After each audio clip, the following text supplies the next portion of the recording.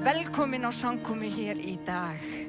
Þeir sem heima sitja í stofu, þetta útsending beint í stofuna ykkar. Endilega verið með okkur í dag, lofið Guð í dag með okkur, lyftum hans nafni, við ætlum að heyra orð hans á eftir, við ætlum að gefa honum dýrðan og við ætlum að fá eitthvað nýtt hér í dag. En endilega biðjið með okkur. Heilaga Drottinn, ég þakka þér fyrir trúfestina, ég þakka þér fyrir hver þú ert, Drottinn, ég þakka þér fyrir að þú ert sannur Guð, ég þakka þér fyrir að þú ert sá sem þú segist vera. Ég bið að mæta okkur hér í dag, ég bið að vera með okkur, ég bið þess að við mættum vegsama nafn þitt í dag og gera það opinbert á Íslandi, Drottinn. Ég bið þess að þitt nafn megi ganga héðan út í dag, Drottinn. Blessaði vertu með áframhaldandi á þessari samkomu í Jesú nafni, amen.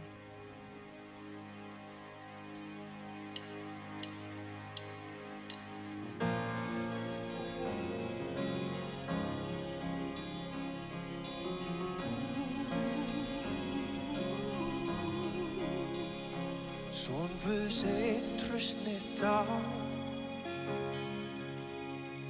og hans upprisu trúa má. Ég mun sigur Jesús sjá, blóðsins sigur kraftinn fá. Amen, amen. Ég á líf því upp hann reis. Amen, amen. Undirtek heilíft lag og ávallt syng því upp hann reis.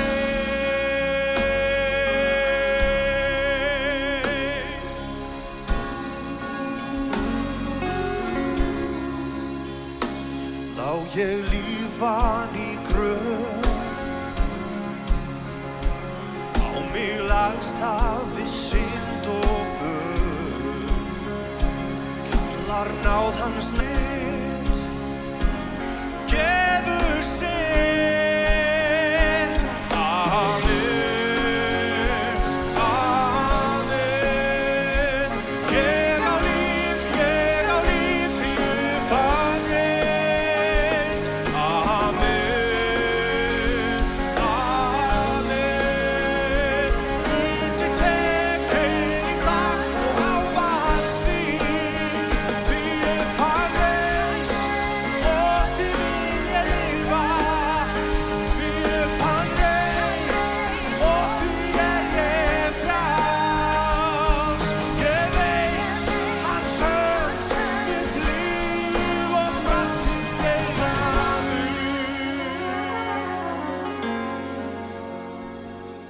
Amen, amen. Ég á líf því upphafis. Amen, amen. Undirtek eilíft lag og ávallt sín. Amen, amen. Ég á líf því upphafis. Amen, amen. Undirtek eilíft lag og ávallt sín, því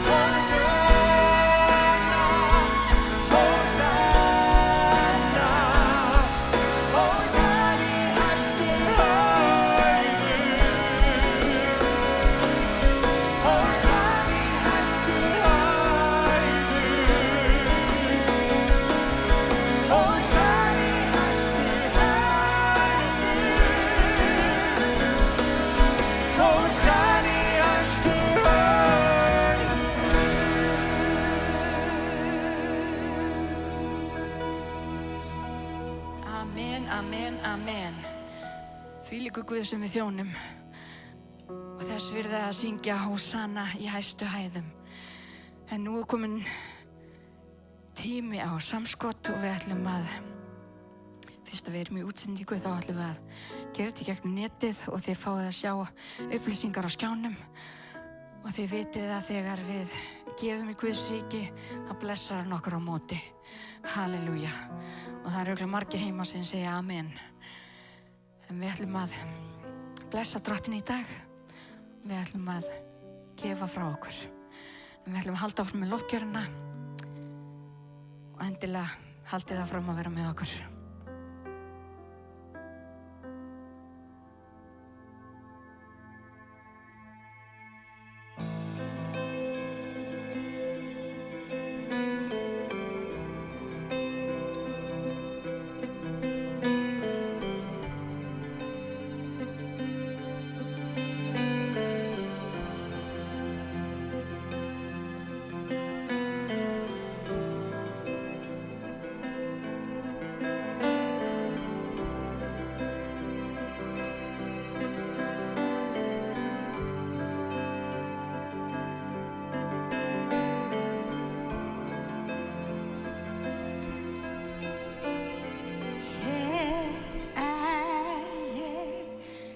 Frammi fyrir þér, nú gef ég þér allt, nú gef ég þér allt. Þýð mig hér, dragðu mig nærri þér, ég þrái þig, ég þrái þig. Aldrei gef þér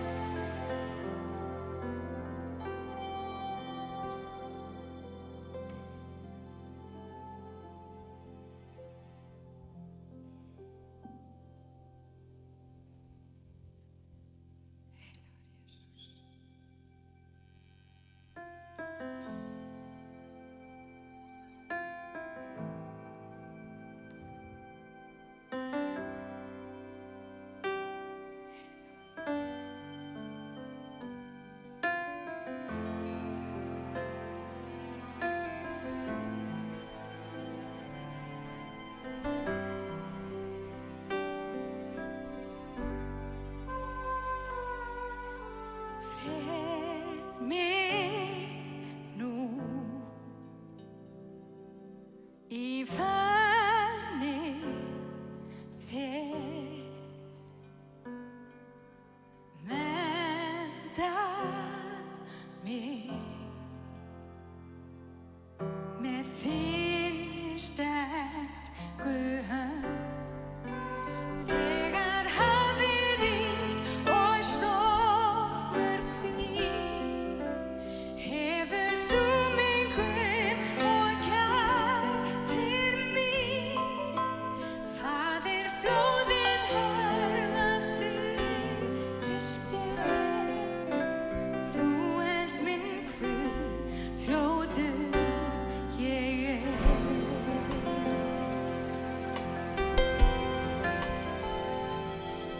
Í þér er hvíld, ó Kristur minn. Trausta þig, þú leysir kraftinn þinn. Þegar hafið rís og stormur hvín, hefur þú mig um og gætir mín. Faðir, flóðin hörfa fyrir þér. Þú ert minn Guð, hljóður ég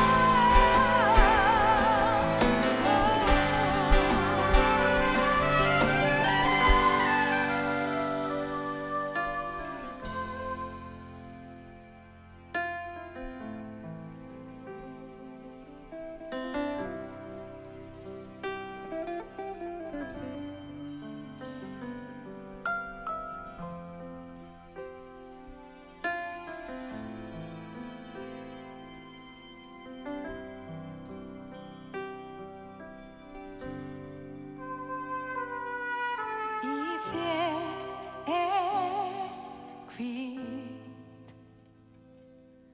ó Kristur minn.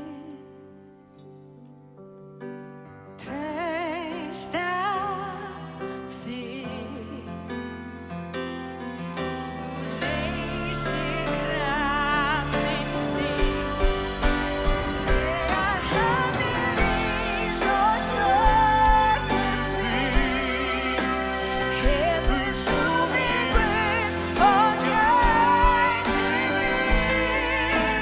Faðir, flóðin hörfa fyrir þér.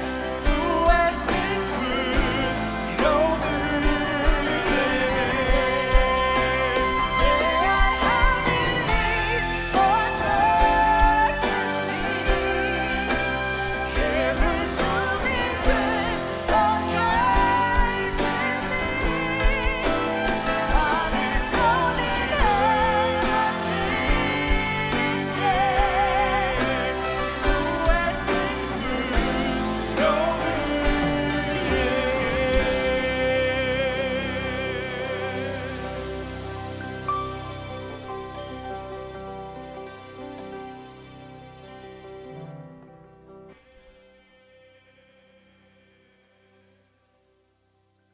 Halleluja.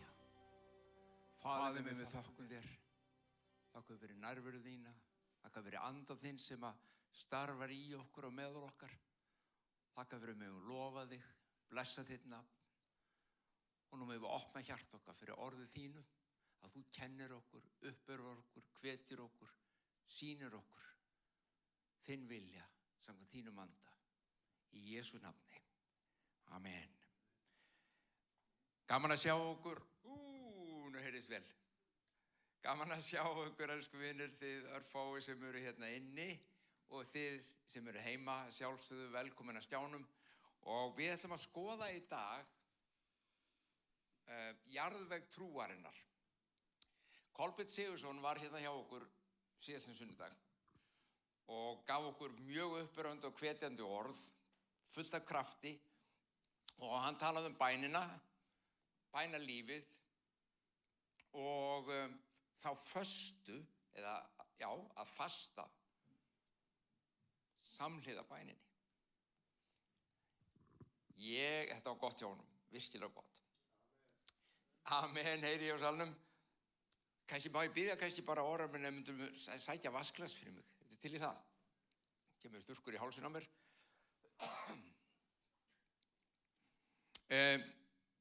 Ég ætla að tala aðeins ég ætla að reyna að vera hvetjandi. Er það í lagi?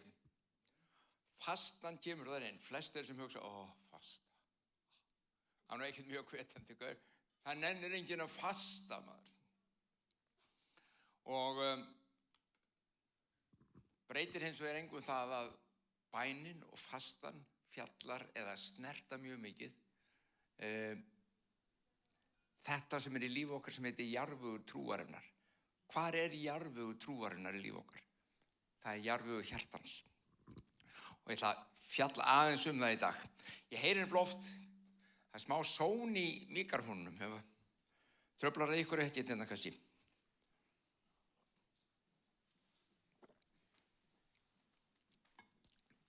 Gott að fá vatn. Takk. Ég heyri marga kristna oft segja, ég hef enga trú, eða ég hef svo litla trú.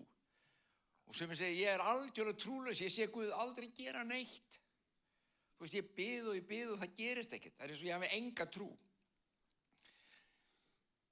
Mér langar uppur ykkur, þó að það hljómi kannski ekki eins og uppurur, að segja að trúleysi ekki það sama og vantrú. Trúleysi nákvæmlega bara það sem orðið þýðir. Engin trú. Vantrú þýðir ekki það að þú sér trúlaus. Þú getur á trú, en af einhverjum ástæðum, og ég ætla að sýna ykkur á orðinu, af einhverjum ástæðum eru hlutir að þvælast fyrir sem að orsaka eða valda vantrú í lífið þínu. Og þetta leksían sem ég langar til þess að við skoðum í dag.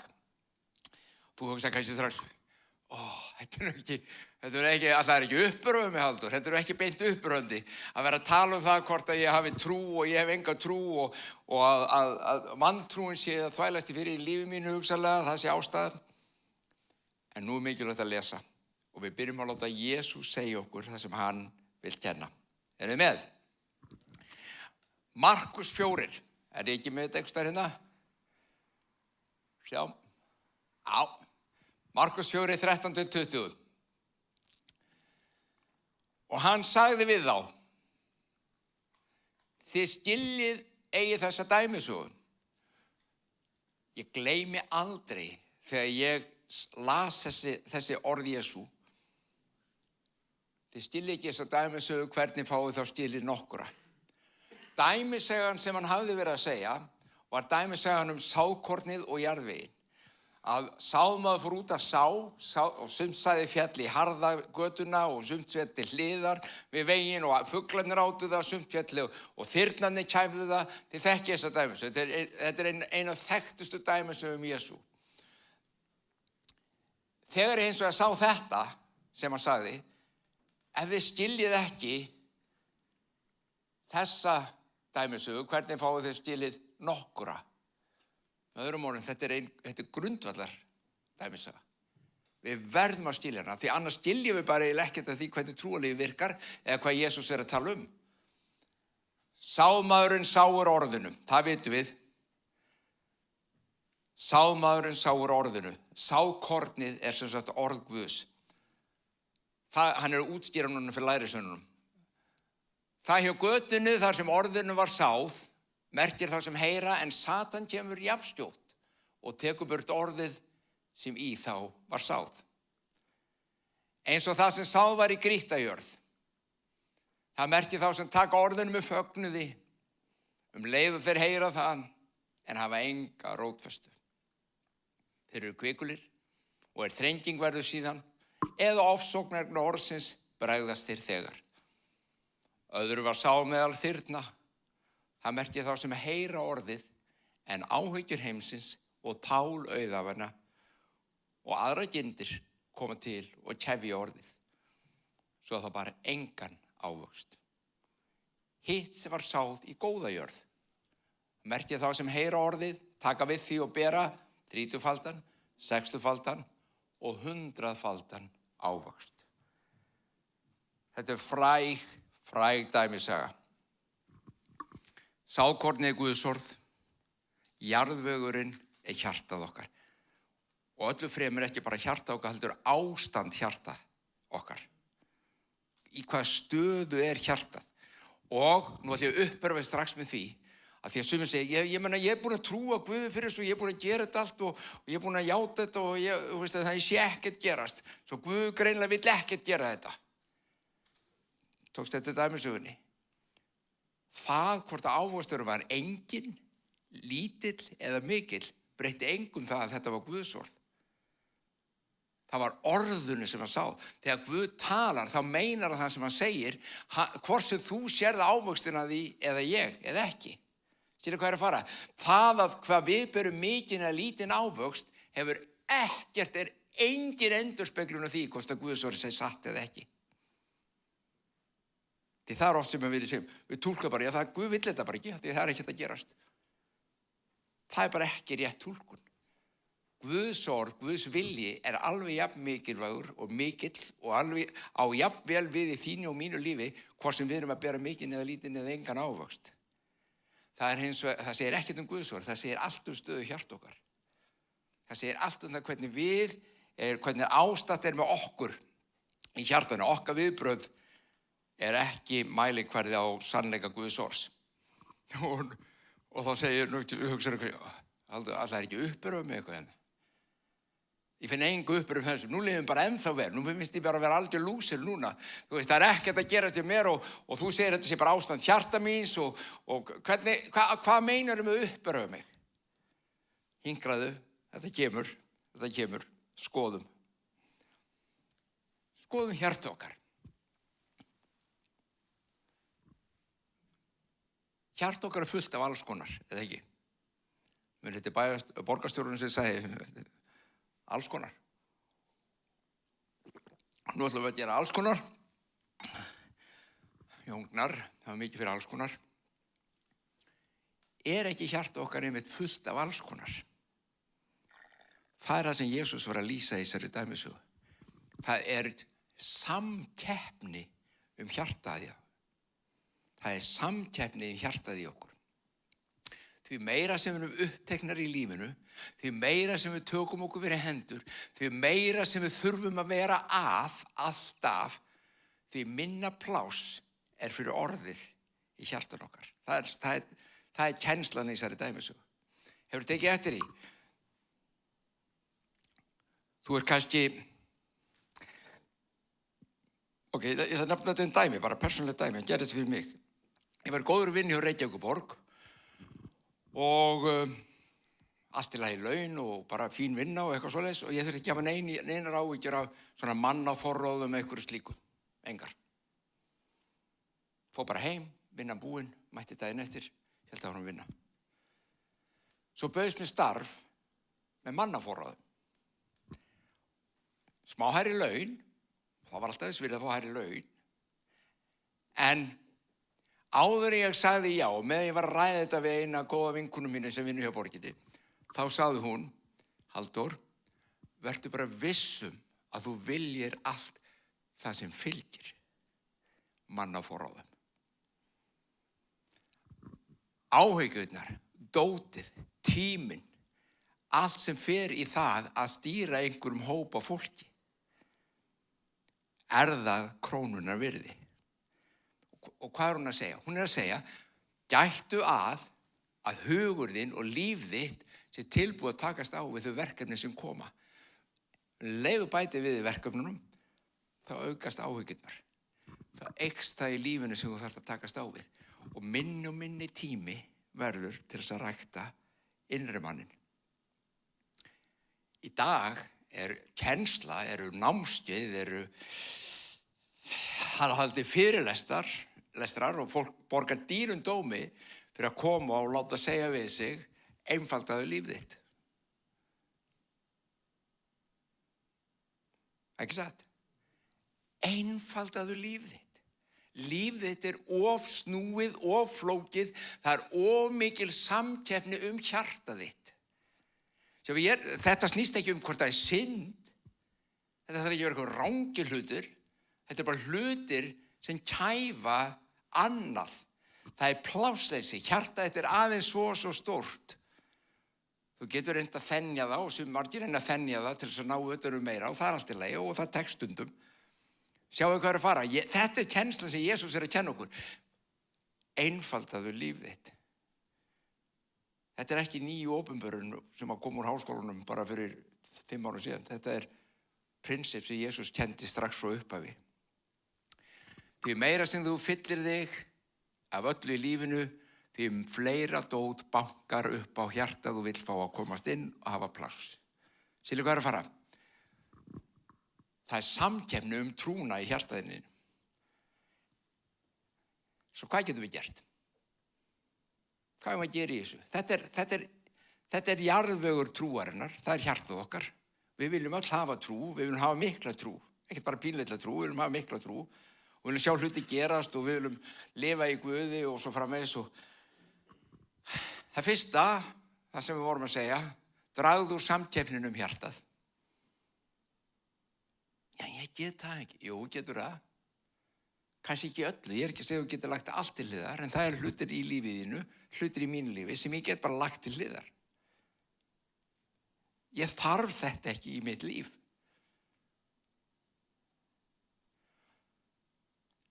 Eitt sem ég læri, ég búin að segja ykkur þetta áður, eitt sem ég læriði fyrir einhverjum árum síðan, það eitt, tökum til dæmis að þú lendir í því að vera með tjáskipt á Facebook. Þú segir eitthvað, einhver kemur og svarar þér og það þú veist, menn ekkert að penir alltaf á Facebook. Þeir bara vaða og valta yfir þig. Og hvað gerist innan með þér? Þú hugsaðir jáður og settir fæsluna og nú færðu 10 fæslur það sem ráðist á þig fyrir að segja þetta sem þú sagðir. Hvað gerur þá? Þú fer í vörn, þú byrjar að skrifa á móti og standa á þínu, hafa rétt fyrir þér. Ég þarf þetta ekki. Ég þarf ekki einu svona að hafa rétt fyrir mér. Ég set nánast enga svona fæslu í þessum anda á Facebook og ef ég geri það, þá ég búin að ákveða löngu áður að ég mun ekki svara neinni sem kemur. Ég mun ekki fara í neina rökræður á Facebook þetta. Af hverju? Og það samkeppni hjarta á mér. Ég að eyða kannski nokkrum dögum, ég láta mig líða illa yfir því að vera ekki með sigurinn yfir þessum rökræðum. Skilur hvað að fara? Þetta bara klassískt dæmi og þetta nútíma dæmi það baráttu sem á sér stað hjarta þitt. Þannig að dragðu úr samkeppninni með því að minnka það sem að banka á hjarta þú vill fá pláss. Annað í viðbót. Hvað gerur í þessu? Og þetta mjög mikilvægt. Ef þú ert að rækta í garðinum, sumir rækta kannski í garðinum og eftir að ég varð eldri, þá fæ ég áhuga á alls konar málum sem að ekki að biðja pláss í hjartanu mínu, heldur þau gefa mig pláss fyrir hjarta mitt og það að standa og setja lítið blóm og í blómapott. Nefndu þess aldrei áður. Nú veist við, það var gaman að hlúa því og láta Guð tala til mín í leiðin. Mér gaman að standa velda og vilja elda góða mat. Nefndi því aldrei áður. Sögð pulsur og eitthvað svona. Nú finnst mér þetta gaman. Því flóknari sem sósan því betra. Þegar þú ert að rækta í garðinum, þá máttu ekki gleyma því að illgresið í garðinum nýtur rigningarinnar líka. Það ekki bara það sem þú sæði sem þú settir í hjartað þitt, sem að fær rigninguna, heldur fær illgresi ríka rigninguna ef það er komið. Og hvað meina ég með því? Nýttu þér þetta. Ef að við í trúarlífinu segjum að Guð, nærvera Guðs, verkan heilags andi í okkur er regnið sem vökvar okkur. Hvað gerast? Þú ert að keyra niður Miklubrautina. Það svínar eitthvað fyrir þig. Og það rís allt upp. Og þú fær svona road rage. Það bara rís allt upp og þú fer að bölva viðkomandi sand og ösku. Þú veist, og þá kemur regnið sem að vökvaði þessa illgresi og segir, byrju, að það leifur þessu illgresi að vera þetta. Hvaða hugarfar er þetta? Nýttu þér það að þetta illgresi poppaði upp fyrir hinn sáðkornin góðu. Hvað gerur við það? Ég er búin að temja mér það og ég hvet ykkur til að skoða það líka. Það kemur ekki endilega bara sjálfu sér. Ef ég segi þessi ljóti haus þessa illgris sýnir sig í lífi mínu, þá gríp ég hann. Og ég byrja að toga. Og ég skal upp með hann frá rótum. Já, en þú, stundum bara slítur bara hausinn af og þetta er ennþá þarna. Næst þegar rignir, kemur hann aftur, þá gríp ég hann og að lokum. Þó að það ekki 1 dag, 2 daga, 100 daga, 3 ár. Þetta illgresi skal upp úr mínu hjarta. Af því að þar er pláss, þar er ég að búa til pláss fyrir því eina sanna sáðkort sem er orð Guðs. Það er sáðkortið sem ég vil hafa. Þetta er ekki mjög uppörvandi ennþá. Ég er að segja ykkur, þetta er mjög uppörvandi. Vegna þess að það er leið út úr ástandinu. Ef ég segi ég gleymdi bara, þetta verður alltaf svona, þú verður alltaf í vandræði með þetta bara er, það er ekki uppörvandi.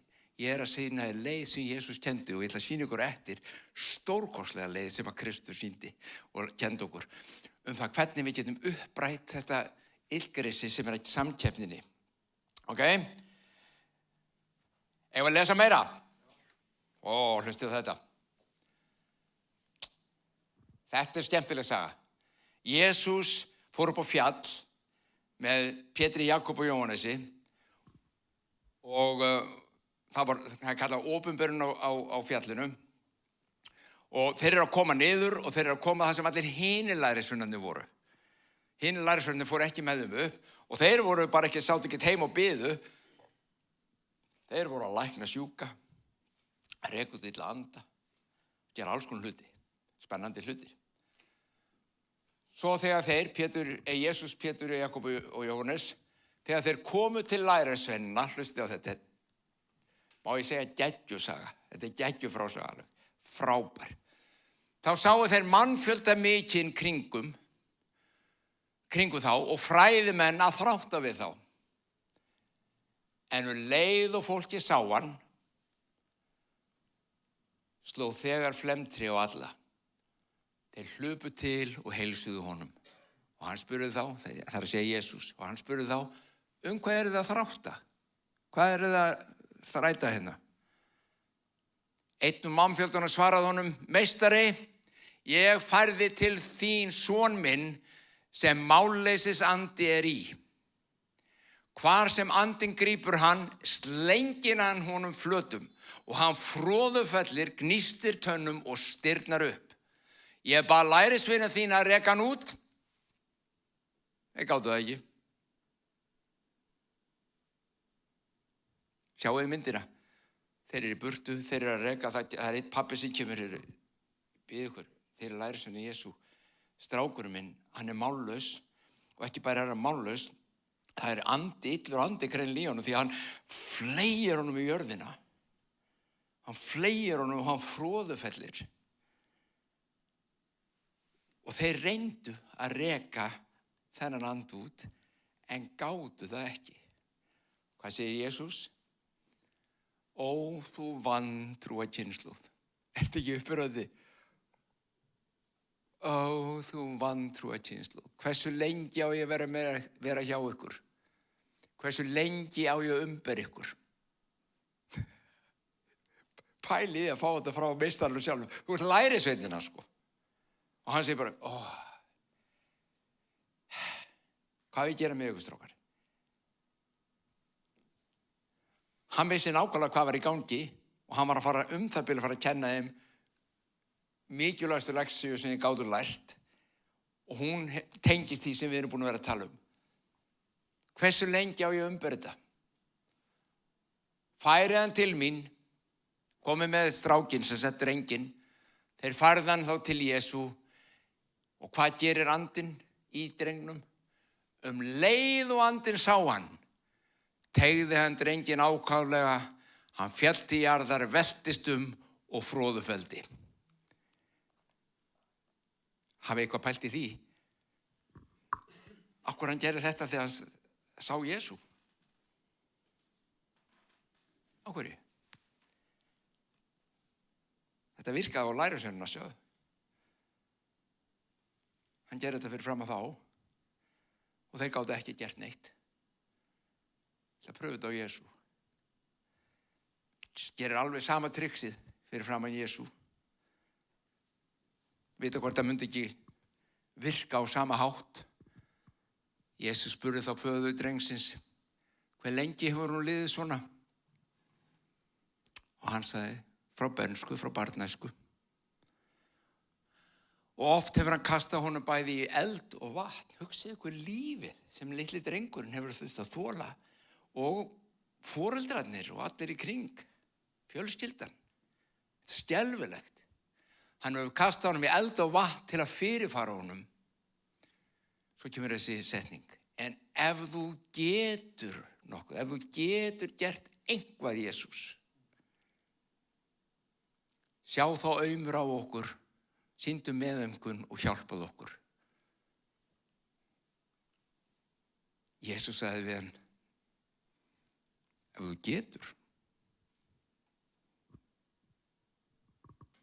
getur, sá getur allt sem trúir.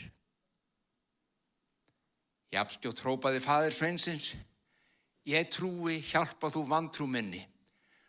Nú sér Jesús að mannfjöldin þyrpist að, þá hastar hann á óhreina andan og segir, þú dumbi daufi andi, ég býð þér eða skipa þér, far út af honum og kom aldrei framar í hann. Þá æpti andinn, teygði hann mjög og fór. En sveinninn var sem nár, sem var alveg fölur, svo að flestir sögðu hann er dáinn. Jesús tók í hönd honum og reisti hann upp og hann stóð á fætur.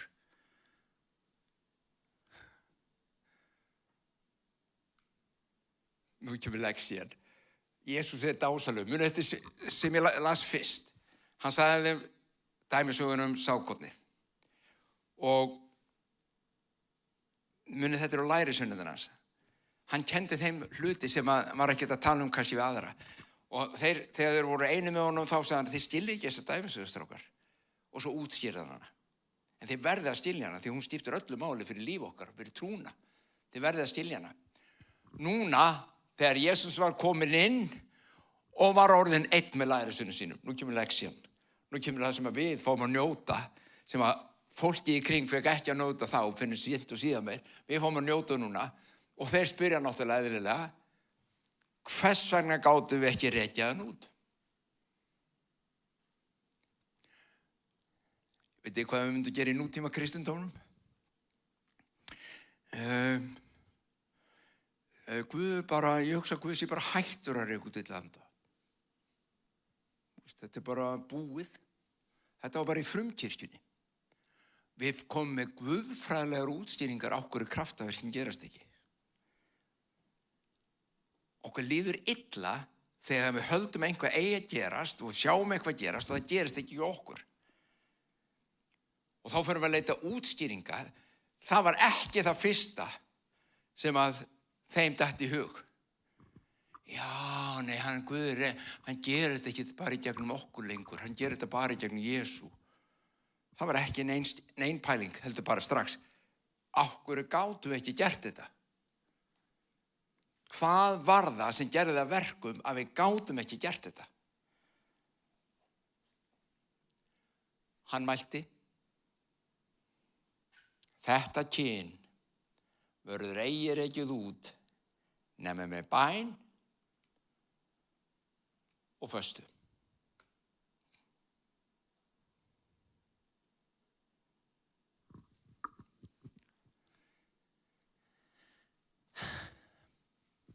kemur lexían. Og þetta það sem kannski skiptir, þetta oft mistúlkað. Þetta kyn kemur ekki út nema með bæn og föstu. Og flestir hafa túlkað í gegnum tíðina, þetta kyn af illum anda kemur ekki út nema með bæn og föstu. En það ekki það sem Jesús að kenna. Var illi andinn eitthvað, illi andinn var vandamál fyrir hvern? Hann var vandamál fyrir pappan, fyrir drengina sjálfsögðu. Var hann eitthvað vandamál fyrir Jesú? Ekki neitt. En Jesús var ekkert að fasta og biðja fyrir honum. Illi andinn var ekkert að kippa, ég get alveg lofa ykkur því, illir andi að kippa sér ekki fyrir það þó þú sér svangur. Þú getur komið til að hungra eftir 5 daga föstu og þeir hlæja bara. Að þetta snýst ekkert það að þú sér svangur.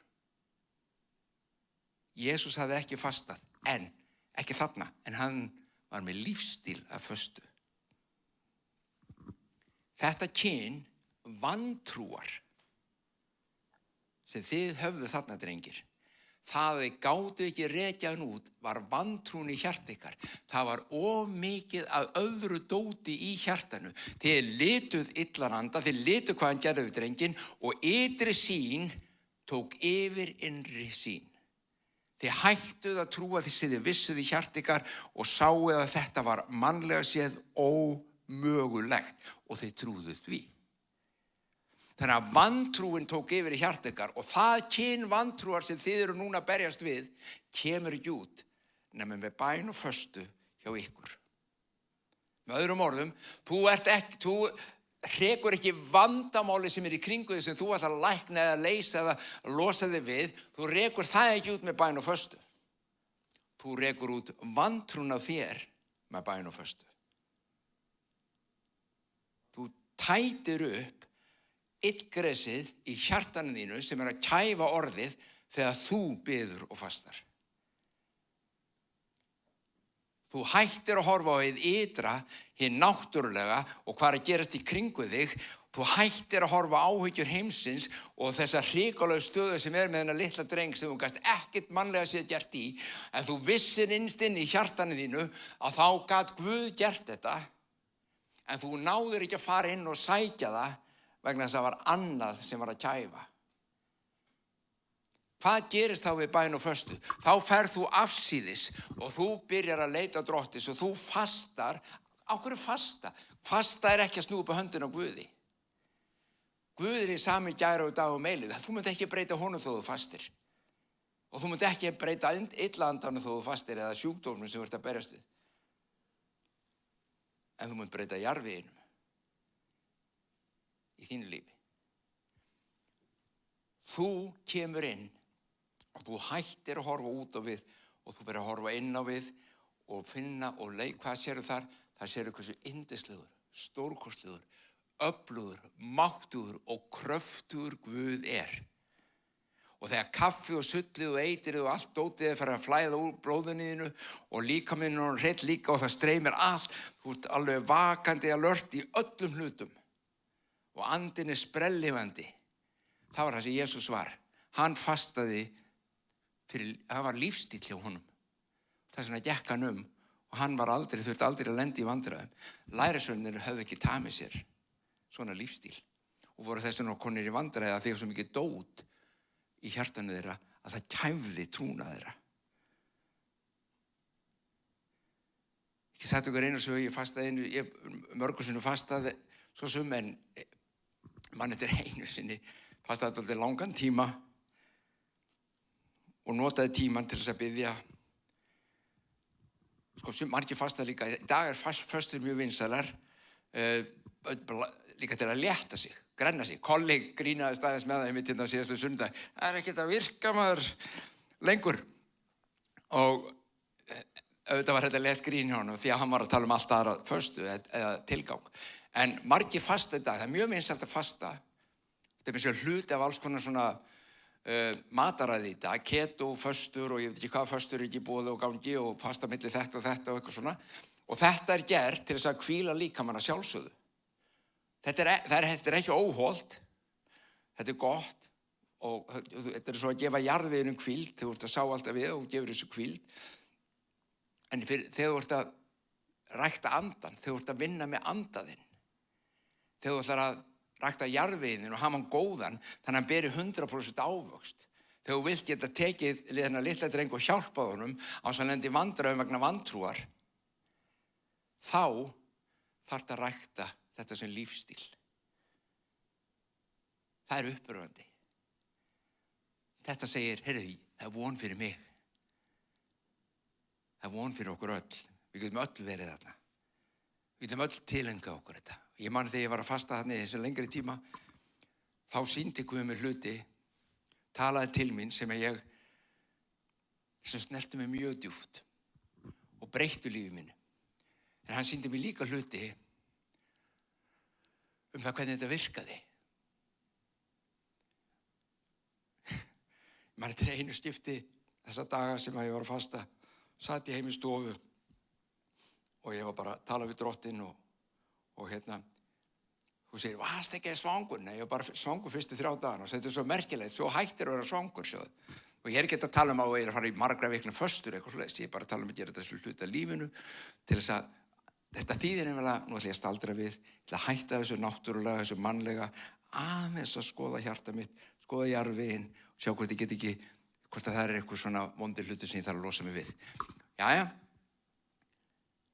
ég satt þarna og man ekki hvort að klukkan var að vera 11 eða eitthvað svoleiðis á morgni. Ég var í fríi þennan dag og þá kemur í huga minn, og ég ætla ekki að nefna nafni, ég ætla að breyta nafninu hans, Pétur, hann er á leiðinni til þín, hann er að koma og hann þarf að tala við um þetta og hann verður hjá þér eftir smá. Ég vissi ekki af því, hann var ekki búinn að hringja, hann var ekki búinn að tala, en viti menn, bjallan hringdi og hann kom. Ég vissi það áður en hann kom. Ég vissi það áður en hann kom. Af hverju? Vegna þess að Guð sagði mér það. Og af hverju, hvernig gat ég heyrt svona skýrt í hún? Ef ég hefði verið inn í eldhúsi og háma í mig hamborgaran frá Kvöldur náður eða eitthvað, sem er ekkert að, ég elska góðan borgara, ekki með sílabug, en þá er ég ekki viss ég hefði heyrt þetta svona skýrt. Ég er bara ekki viss það, vegna þess að þetta var frátekinn tími, þess að snerist allt bara að hafa hjartað. Hlustandi. Hvernig kemur trúin? Við að heyra. Heyra. Þú heyrir orðið talað úr púltinu, þú heyrir það á kassinu, þú heyrir hér og þar, en fyrst og fremst heyrir orð Guðs sem er sáð í hjartað þitt. Og þegar hann sáir orðin í hjartað þitt og þú heyrir, þá hefur trú. Þú efast ekki eitt augnablik. Þú veist að svona er þetta.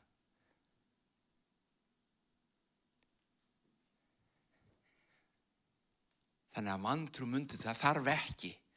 Þú þarft ekki að segja, Guð, gef mér meiri trú, ég vil hafa stóra. Þú þarft ekki að biðja svoleiðis.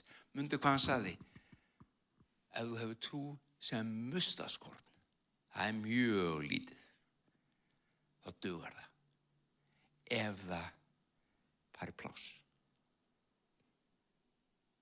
Ef það fari ekki pláss, þá er það kæft. Þú þarft ekki meiri trú. Þú þarft ekki stærri trú. Þú þarft bara að gefa trúniðinni pláss. Ég tala um þetta aftur og aftur, endalaust búin að gera undanfarið ár. Þetta heitir að lifa innan frá og út. Þú lifir innan frá það sem andi þinn er fylltur af Guðs anda og orð hans fyllir þig og þú tekur á öllu þínu umhverfi þaðan. Ekki öfugt. Að lifa utan frá inn þýðir einmitt það sem lærisveinarnir voru að gera. Þeir sáu það sem að gerðist og þeir reyndu að díla við það utan frá inn, en það gekk ekki. Kristnum mönnum er ætlað að lifa innan frá og út. Þú ert fyrst og fremst andi. Þú hefur sál og þú býrð í líkama. En þú ert andi, skapaður í Guðs mynd, sem er andi. Og þegar það er lifandi og kröftugt og næri sig og heyrir Guðs orðið Og þaðan tekur ákvarðanir, þaðan þú lætur lífið stjórnast því sem gerast innra með þér, ekki þau sem gerast utanfrá. Þú lifir sem sagt innanfrá og út. Það var ekkert sem er ómögulegt. Sá sem trúir getur allt. Er ég alltaf þar? Nei. En ég veit að það er þar sem ég þarf að vera og á að vera og ég keppi eftir því. Amen. Skulum biðja. Faðir minn, við þökkum fyrir náð þín og miskunn. Þökkum fyrir orðið þitt, Drottinn minn. Þökkum fyrir það að þú ert svo góður, svo yndislegur, svo dásamlegur, Drottinn. Og þú býrð í okkur og orð þitt velur í okkur og þú sáir orðið þínu inn í okkar hjarta. Við sáum líka orðinu í okkar hjarta. Við fyllum okkur af þér, Drottinn, og þú fyllir okkur af þér. Drottinn, við viljum gefa þér það pláss sem þú þarft og átt skilið. Við viljum lifa innanfrá út en ekki utanfrá inn. Við viljum leifa mustaskorninu í okkur, trúnni okkar, að dafna og vaksa og bera ávöxt. Drottinn, ég bið blessinu hvernig í salnum sem að hlusta, alla sem heima eða hvar sem þeir eru.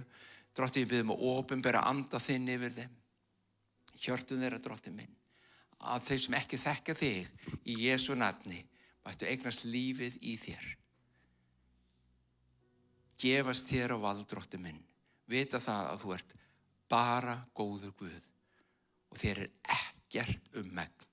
En þú ert að kenna okkur að lifa andlegu lífi, ekki holdlegu lífi, heldur andlegu lífi. Ekki utanfrá inn, heldur innanfrá út.